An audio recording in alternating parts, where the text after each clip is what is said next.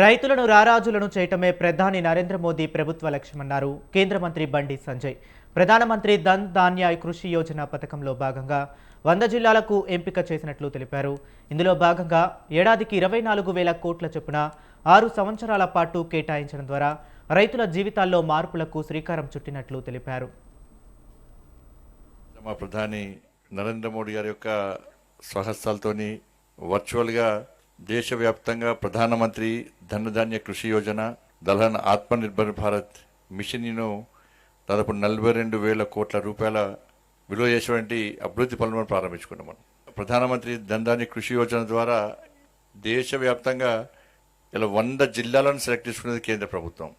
ప్రతి సంవత్సరము 24,000 కోట్ల రూపాయల బడ్జెట్ను దానికి కేటాయించడం, ఈ జిల్లాలకు 6 సంవత్సరాల పాటు అన్ని విధాలా సహకరించడం.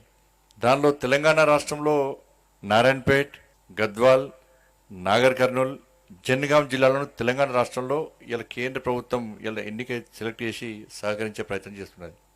ఈ సందర్భంగా ప్రధానమంత్రి గారికి తెలంగాణ ప్రజల తరపున హృదయపూర్వక ధన్యవాదాలు తెలియజేస్తూ, దీని ద్వారా దాదాపు 1,70,00,000 మంది రైతులకు లబ్ధి చేకూర్చాలన్న ఉద్దేశంతో ఈ కార్యక్రమాన్ని ఈరోజు ప్రారంభించుకోవడం జరిగింది. అదొకైతే కరీంనగర్ డైరీ సంబంధించి ఇంతకుముందు వారు చెప్పినట్టు జపాన్ ఇంటర్నేషనల్ కోఆపరేటివ్ ఏజెన్సీ వాళ్ళ యొక్క ఆర్థిక సహకారాన్ని అందించి మనకు సహకరించాలన్న ఉద్దేశంతో దేశంలో 3 రాష్ట్రాలను ఎంపిక చేశారు: ఉత్తరప్రదేశ్, బీహార్, తెలంగాణ.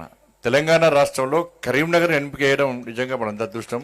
ఈ సందర్భం కూడా కరీంనగర్ జిల్లా ప్రజల తరఫున, ఇది కరీంనగర్ జిల్లాకే పరిమితం కాదు, మన డైరీ ఆదిలాబాద్, నిజామాబాద్, కరీంనగర్, వరంగల్ అంతా ఈ సంబంధించి అనేక మంది రైతులకు లబ్ధి చేకూరే విధంగా మనం సహకరిస్తున్నాం. కాబట్టి అందరి తరఫున కూడా నరేంద్ర మోడీ గారికి హృదయపూర్వక కృతజ్ఞతలు తెలియజేస్తున్నాం. దీన్ని సెలెక్ట్ చేయడంలో చాలా అంశాలు ఉన్నాయి.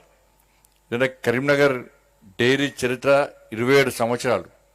వారప్పుడు యూనియన్ అధ్యక్షునిగా ఉండి, దాని తర్వాత పాల వ్యాపారం ప్రారంభించి యూనియన్ అధ్యక్షుడిగా ఉండి, కరీంనగర్ మిల్క్ ప్రొడ్యూసర్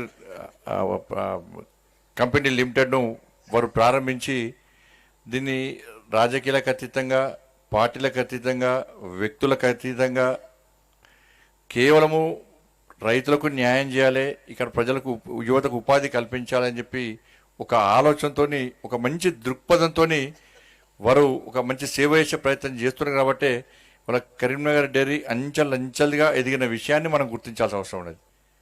ఇవాళ ప్రతి సంవత్సరం ప్రతిసారి కూడా రైతు కిసాన్ సమ్మాన్ నిధి ఇస్తున్నాం.